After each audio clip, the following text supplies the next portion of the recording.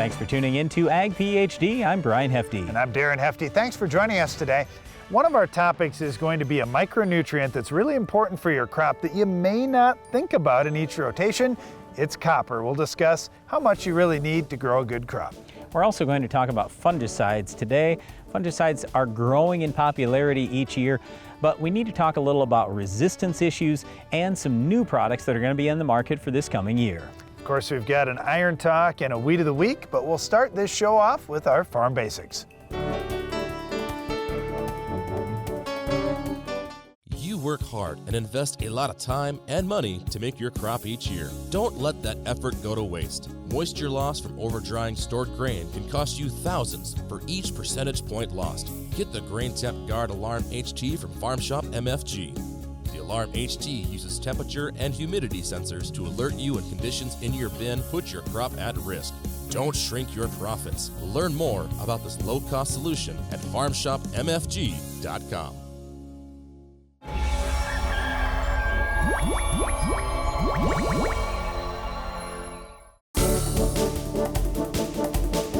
One thing that you may see as you're driving around in the country this winter is a snow fence out in fields. We're going to talk about exactly what that is and why a farmer might do that. Now, for a snow fence, you might see an actual fence in the field, or you may just see crop out there. Either way, the purpose is to catch some snow in the field so it's not blowing across the road. Now, Brian, you may think that farmers are just these nice, generous guys that want to take care of the roads, but some farmers, especially in dry areas of the country, they want to catch every bit of moisture they can for themselves for the field. So they do want to keep the snow out there. So I've been to many parts of the country where people are really excited when they get deep snow out in their field because it's going to melt and soak in for next year's crop. Well, honestly, one of the reasons why some farmers will leave a little bit of crop out in the field too is they're trying to feed the wildlife because they want to hunt the wildlife later. And, you know, I guess if that's what you want to do with your crop, you certainly can. Keep in mind here, each ear of corn is only worth maybe 2 cents. So it's not a real big deal if you leave a few thousand plants out there. You're not leaving a whole lot of dollars. All right, let me tell a funny story here too, Bram, because there was a teacher that was from out of state that moved into South Dakota, had never really experienced snow before. He heard about snow and happened to be at the hardware store and they were selling these snow fences. So he thought, well, I'm going to buy 2 and put one on each side of my driveway. Well, unfortunately, nobody helped him out and said that might not be a good idea, and it ended up being a snow trap. So the snow was very deep over his driveway before he figured out what a problem it could be. But putting one snow fence out there is a nice way to catch a snowdrift and keep it where you want it. Yeah, just make sure you put it well out into the field or well away from anywhere you don't want that snow to be, because it's definitely going to pile up around that snow fence, whether it's actual fence or crop. Well, you may be able to keep snow in the right place, but unfortunately our Weed of the Week doesn't often stay where you want it. It gets out in your fields. We'll show you how to stop it later in the show. More choices, more money. With Bayer Plus Rewards, you choose from our broad portfolio of high-performance products. Earn more money on the eligible products that are right for your farm. And use our new portal to see your purchases, track your rewards, and decide how you want to use them. Visit mybayerplus.com to sign in and start earning. That's the advantage of more control in your hands. That's the plus. If you're looking to expand your farm's grain handling, you want everything to be fast and efficient. The Quick Belt from Norwood Sales is your all-around grain handling solution. Our conveyor-based system uses an 18-inch belt and a 10-inch tube, which minimizes seed damage while moving more than 10,000 bushels an hour. That's fast enough to fill a semi in 6 minutes. Plus, our hood is designed to gently direct the flow of grain straight down, keeping your crop in condition. Keep your grain and your farm moving with the Quick Belt from Norwood Sales. Mother Nature doesn't always cooperate. So when conditions are right, be ready with genuine Case IH parts from Titan Machinery. Only genuine Case IH parts are engineered to keep your equipment running at peak efficiency when you're running around the clock. Don't risk your bottom line with off-brand parts that don't meet the same standards. Visit your local Titan Machinery dealership today to find out why genuine Case IH parts offer the best value and performance for your operation. Avoid the V-shaped pattern of injury caused by chemical buildup in your booms. The Express End Cap from Hypro eliminates the dead ends that lead to herbicide buildup and provides easy access to your booms, giving a complete flush between applications. Hypro, helping you spray better. In 1949, Morton Buildings constructed our first machine storage building to establish our bond with the farming community. Since then, our relationship has grown, and so have our product offerings. From the smallest specialized operation to the largest agricultural enterprise, we understand the needs of your business and continue to evolve to meet industry demands. Plus, when you build a Morton building, you're backed by the strongest warranty in the business. To learn more about the Morton Advantage, visit mortonbuildings.com.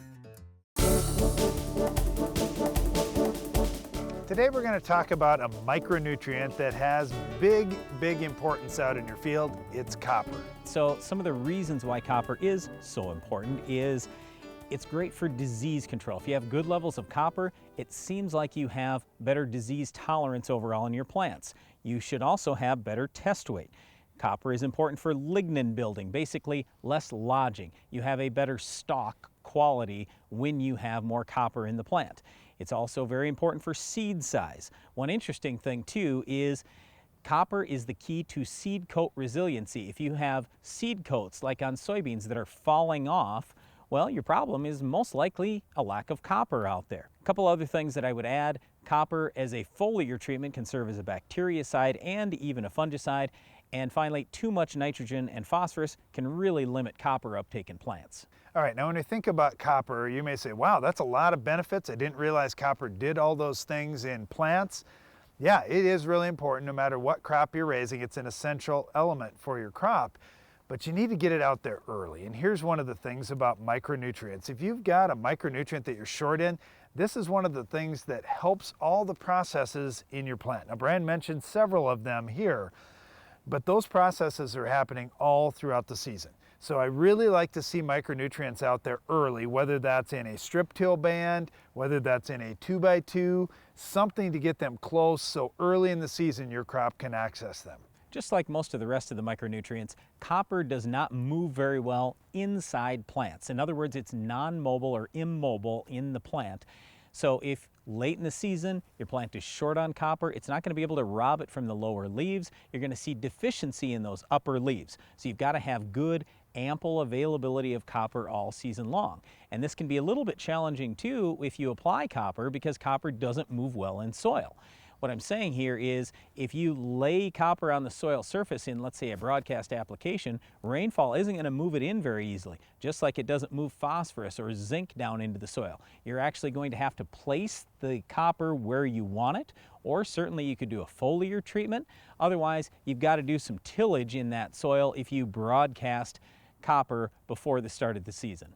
I want to be a little cautious though about that foliar treatment you mentioned, Brian, because if you're putting out a high rate of copper foliar, you're probably going to see a negative response on your plants. You're going to see some burning. So if you're doing a foliar treatment, make sure those rates are low and make sure that it's a product that's been tested for foliar application. For example, if you're using a micronutrient blend like a Micro 500, no problem. We've done that at a quart or a couple of quarts foliar, no problem with burn. But if you're putting out a gallon or more of some copper products, I'd be a little bit nervous. What we're looking for a lot of times is good soil test levels. When you see that, then usually your plant has ample copper, at least in heavier soils. So our trigger point is generally on a Midwest Labs DTPA test, 1.4 to 2 parts per million on copper. That can really vary depending on what type of test you're running and which lab is running that test, but all I'm trying to say here is if you're short in the soil, most likely you're going to end up short later on in the season. And to Darren's point, you can't just go applying enormously huge rates of copper foliar. So just work on building that soil test level up. It can be done very inexpensively with something like copper sulfate. Yeah, and the great part is you don't need much copper for each crop, so you probably aren't going to have to do this more than once or twice during your whole farming career. You do still need to keep checking for this and make sure you get that level up. But once you do, you're going to be able to coast for a little while with just maintenance and removal type rates. Well, yeah, when Darren says once or twice in your farming career, he means big rates. you're still going to have to put on a little bit of copper kind of as you go, because just take a look at the Ag PhD fertilizer removal app and you can see real quickly that every crop is going to remove some copper from the soil. So again, just make sure you are doing something about copper, monitoring your levels, keeping your levels good if you want to get all those benefits that copper can offer. Well, there are a lot of good things copper can do, Brian, but one thing it will not do is kill our weed of the week. So we'll have to show you some other ways, and we'll do that coming up later in the show.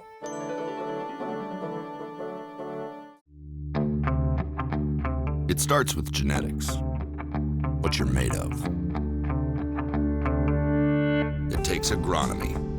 It's local. It's knowing your land and having the tools to put the right product in the right place. It's built on service with trust, grit, and determination.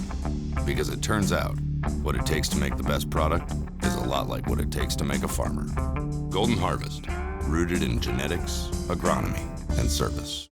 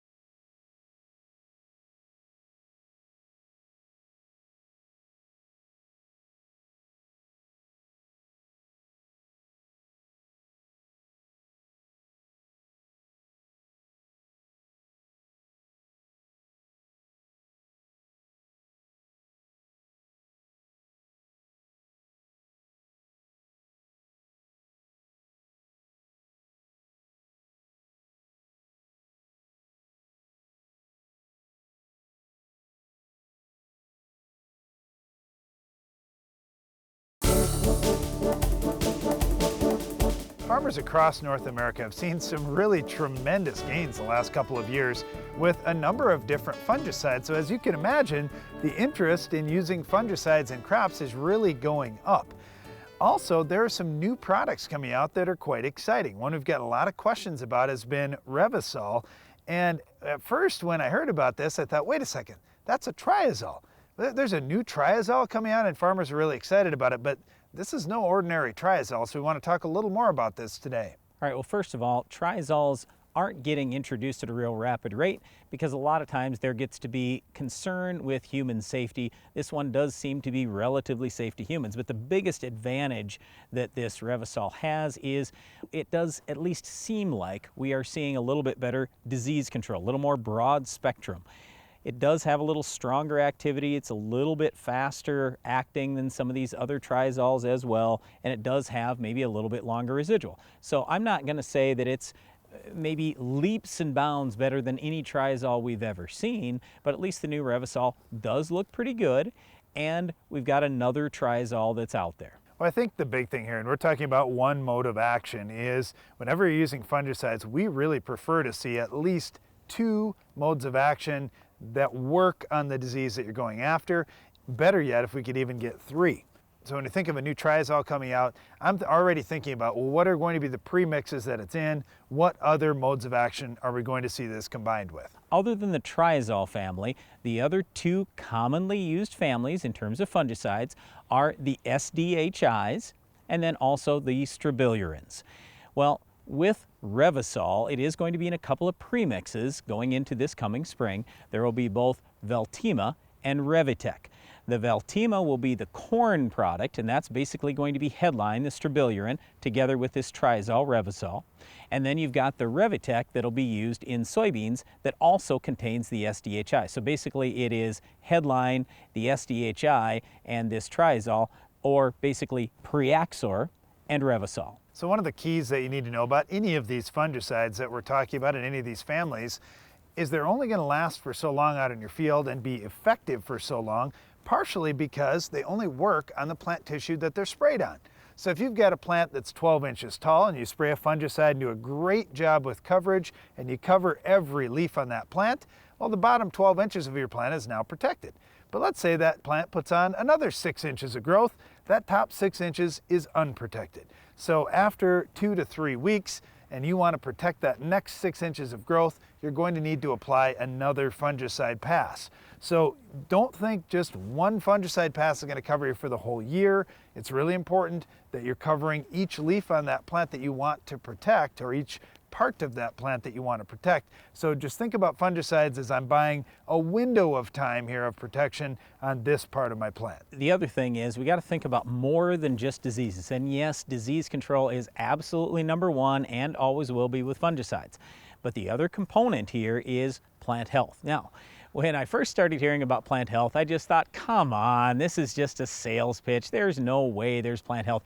There's got to be just some light little amount of disease in almost every plant, and that's why they're still getting gains. And I would still argue that that is a part of it. We're going to have better disease control. By the way, in terms of plant health and in terms of disease control, you want to get the fungicide out as early as possible. Once the disease sets in, I'm not going to say it's entirely too late, but it's certainly too late to maximize yield. So spray early and you'll have better results.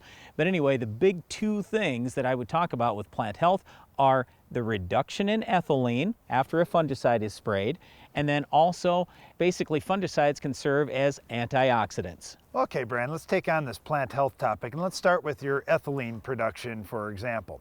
Now, I remember back when we were growing up, we raised a lot of 108-day corn on our farm. Now we raise a lot of 100-day corn. Well, why are we raising a shorter maturity? We're actually planting earlier than we were growing up as well, so we should have a longer season here, right?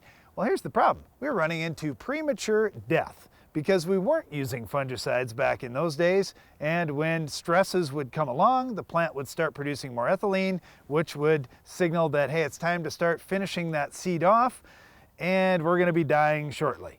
Now, if we can hold that ethylene production off longer, we end up with a healthier plant that lives through the season longer, can still take in more sunlight, more energy, and ultimately produce more yield.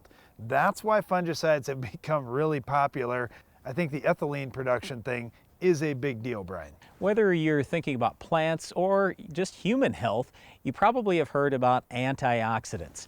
The big thing is, in human beings, just the same as in plants, we get these oxidants that can create problems inside of us, all kinds of health issues in plants and humans.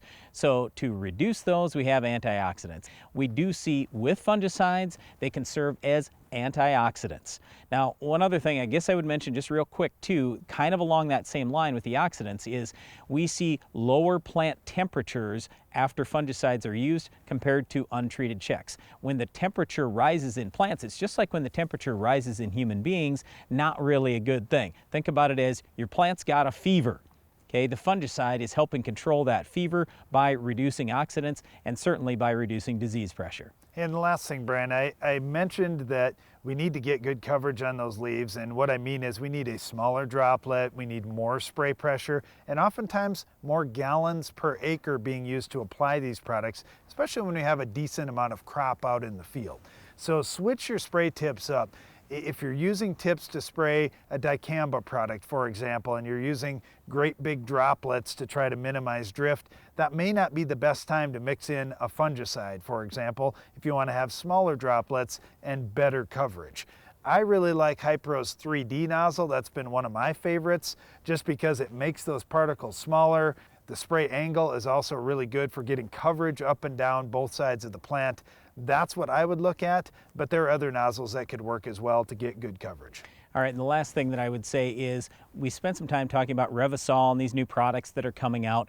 But the thing I like most when new products come out, that means some of the old products get that much cheaper. So if you're just looking for something inexpensive, now you're going to have more options. If you're looking for something even better, you're going to have more options. So all across the board, we just believe fungicide use, number one, is good. Doesn't necessarily fit in every single situation, but as we've got this basically price ladder where we've got some really cheap products and some really fantastic products that are much higher priced, well, now hopefully somewhere in there it will fit, that fungicide will fit, or a fungicide will fit on your farm. Well, fungicides are great for preventing disease before it's out there in the field, but one thing they can't do is stop our Weed of the Week. We'll show you what will coming up next. Do you feel like there's never enough time to get everything done before planting? The window for spring work is quick and unforgiving. Give yourself the upper hand with the ProTill High Performance High Speed Disc. More and more farmers agree the ProTill is the right tool for spring field conditions and heavy residue management. Zero maintenance bearings, independent disc technology, oversized pins and bushings allow the ProTill to handle whatever field or conditions you can throw at it. Degelman High Performance Equipment. Do you want perfectly conditioned grain, but are worried about the cost to upgrade your bins? With the Grain Temp Guard from Farm Shop MFG, the ideal solution costs less than you think. Preventing your stored grain from spoilage and overdrying can save your farm thousands of dollars in grain loss each year. And you can outfit your existing bin system for as little as a few $100s, not thousands like you might expect. Learn more about how to get the low-cost Grain Temp Guard system on your bins at farmshopmfg.com. There are a lot of steps to having a perfect season. Don't let your fertilizer plan be the step that trips you up. No matter when you apply fertilizer, no matter how, AgroLiquid has the experts and the products that'll help you move closer to your target and hit the bullseye.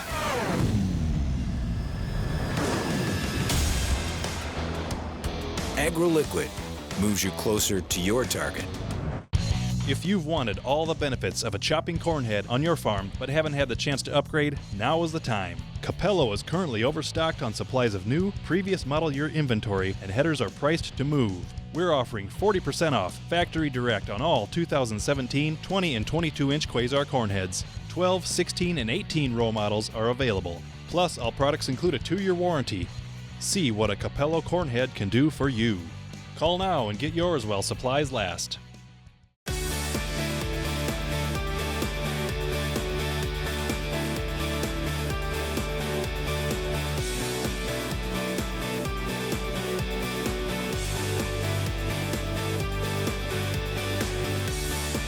Tough, precise, efficient.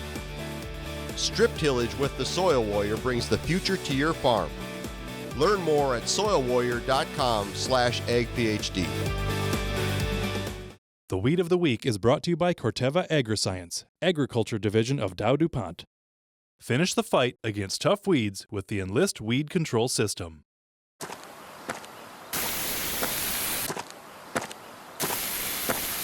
Weeds are tough, but we're tougher. With unrivaled weed control,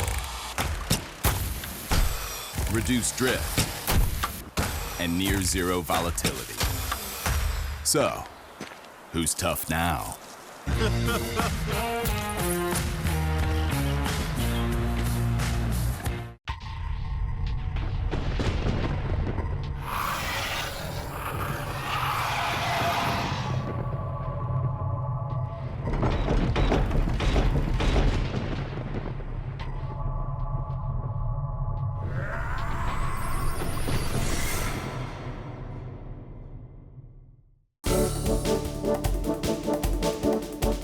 Our weed of the week is barnyard grass. All right, when it comes to grass weed identification, this is one of the easier ones that you're gonna find. Now you can say, wait a second, it looks kind of like a foxtail, it looks like a lot of other grasses I see out there.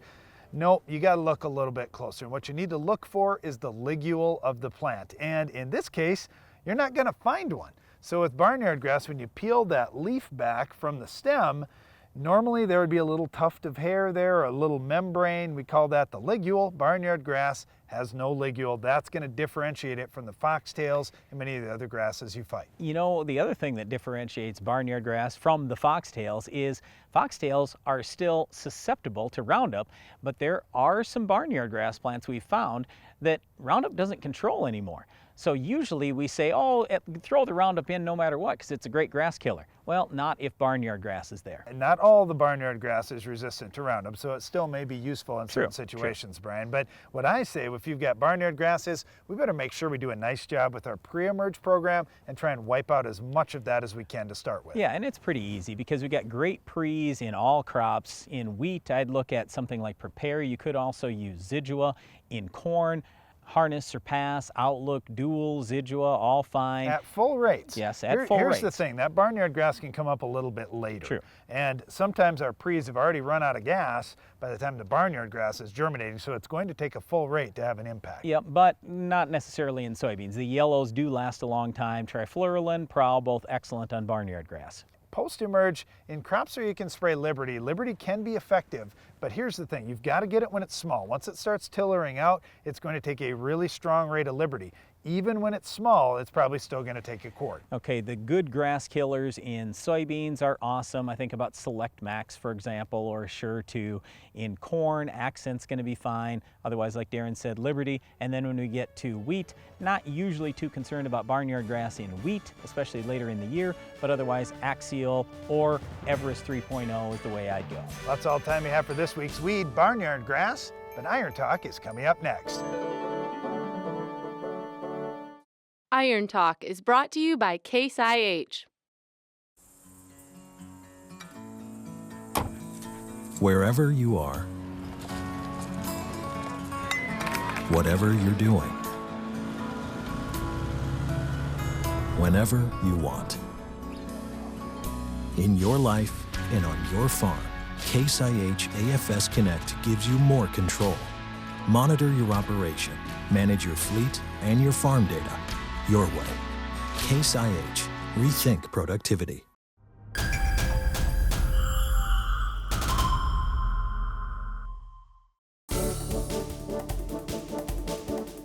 Are vertical storage bins the right choice for fertilizer, seed, or both on your farm? It's the topic for today's Iron Talk. Cone bottom bins are sure nice for handling product quickly without all the cleanup. However, they aren't cheap, so you want to get as much use out of them as you can. Here are a few considerations and a few ways for you to save some money during the season to pay for those bins. First, you need to get a heavy-duty bin so you have more flexibility of which products you can take. If you're going to be handling corrosive fertilizers, obviously a lighter steel tank is just not going to work. Also, with fertilizer especially, clumping is possible in the bin.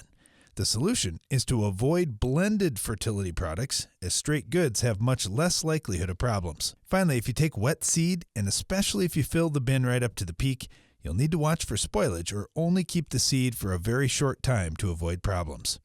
We've had seed and fertilizer bins for years on our farm, and we've had very few problems over that time period. In fact, we look at the bins as money makers for our farm. First, we often get bulk seed discounts up to $1 per unit. There are early order and early take discounts that with some companies may be worth up to 10%. We use the bins for seed storage over the winter. We can also use the bins for fertilizer over the summer. One of the big things my dad always promoted was for us to use our time wisely. By having on-farm storage, we could save time not having to go pick up from a seed or fertilizer dealer and waiting in line when they're busy. Instead, we could get the product delivered. Good heavy-duty cone-bottom bins are not cheap, but the investment can certainly pay you a nice return on investment for many years. That's all for today's Iron Talk, and now back to the show. That's all the time we have for today's show, but if you're looking for more agronomic information, we'd encourage you to check out the Ag PhD radio show. It's on Sirius XM channel 147 at 2 p.m. Central each weekday. And don't miss the next Ag PhD TV show. We'll have another Weed of the Week, Farm Basics Iron Talk, and a whole lot more. I'm Darren Hefty. And I'm Brian Hefty. Thanks for watching Ag PhD.